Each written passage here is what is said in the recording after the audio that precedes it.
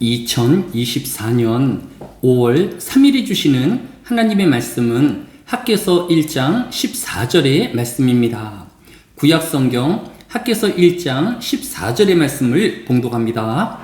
여호와께서 스알디엘의 아들 유다 총독 수룹바벨의 마음과 여호사닥의 아들 대제사장 여호수아의 마음과 남은 모든 백성의 마음을 감동시키심에 그들이 와서 만군의 여호와 그들의 하나님의 전공사를 하였으니. 아멘. 이스라엘의 첫 번째 왕인 사울은 선지자 사무엘에 의하여 이스라엘 최초의 왕으로 선택되었지만 그뿐이었습니다. 사무엘상 10장 25절로 26절에 사무엘이 나라의 제도를 백성에게 말하고 책에 기록하여 여호와 앞에 두고 모든 백성을 각기 집으로 보내매 사울도 기브와 자기 집으로 갈 때에 라고 하였습니다. 사울이 비록 이스라엘 왕으로 선택은 되었지만 또 백성들도 사울을 이스라엘의 왕으로 인정하기는 하였지만 왕궁도 없고 또 각자의 집에서 예전과 똑같이 생활하였던 것을 볼 수 있습니다. 이런 사울이 어떻게 진정한 이스라엘 왕권 국가의 왕이 되어질 수 있었을까요?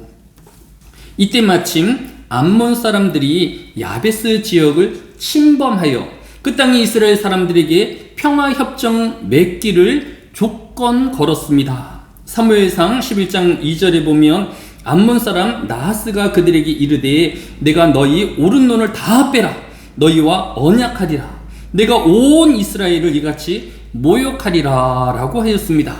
즉 암몬 사람들이 야베스 지역의 모든 이스라엘 사람들의 오른쪽 눈을 빼어야지만 평화협정을 맺겠다고 협박하며 이스라엘을 모욕하였던 것입니다.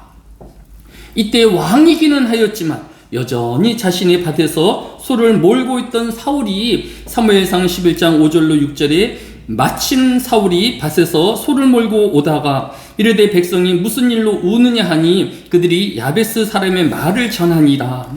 사울은 야베스 사람들이 울며 지나가는 것을 보고 그들에게 우는 이유를 물었습니다. 지도자는 그의 백성의 울음과 고통에 귀 기울여야 하는 것입니다. 그리고 사무엘상 11장 7절에 보면 사울이 이 말을 들을 때에 하나님의 영에게 크게 감동되매라고 하였습니다. 하나님의 영에 큰 감동을 입은 사울은 이스라엘 백성들과 힘을 합쳐서 암몬 사람들을 몰아내고 마침내 이스라엘 왕으로 진정한 왕권을 행사할 수 있었던 것을 볼 수 있습니다. 이처럼 성경은 사람이 하나님의 영에 감동되어 하나님의 역사를 이루어 가심을 곳곳에서 보여주고 있습니다.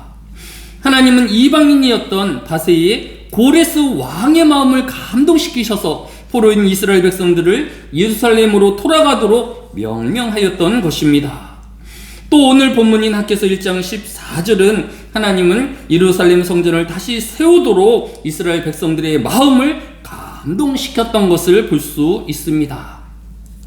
구약의 성도들의 마음을 감동시키신 하나님은 신약성의 디모데후서 3장 16절에 모든 성경은 하나님의 감동으로 된 것으로 교훈과 책망과 바르게 함과 의로 교육하기에 유익하니 라고 하였습니다. 성경은 하나님의 감동으로 쓰여진 책이기에 성도들이 이 하나님의 말씀을 규칙적으로 읽고 깊이 묵상할 때에 이 하나님의 감동을 받게 되어지는 것입니다. 하나님의 감동으로 사울은 이스라엘을 구원하였고 하나님의 감동을 받은 이스라엘 백성들이 예루살렘 성전을 재건하였던 것처럼 오늘 하루도 하나님의 말씀을 들은 모든 하나님의 백성들은 또한 하나님의 감동케 하심을 따라 하나님의 일을 감당해내는 이 하루 되어지시기를 예수님의 이름으로 축복합니다.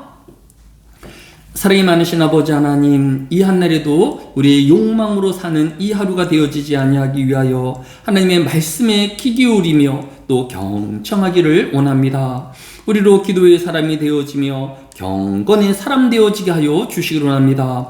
이 한 해도 하나님의 신이 온 하늘의 교회 성도들에게 임하여 주셔서 하나님의 이름을 높이 오게 하여 주시고 이 세상의 빛과 소금의 여건을 다 감당하게 하여 주시기로 합니다. 주일을 앞두고 있습니다. 온 하늘의 교회 성도들 주일을 성수하게 하여 주시고 예배 중심, 하나님 중심의 삶이 되어지게 하여 주옵소서. 감사를 드리오며 예수님의 이름으로 기도드렸사옵나이다. 아멘.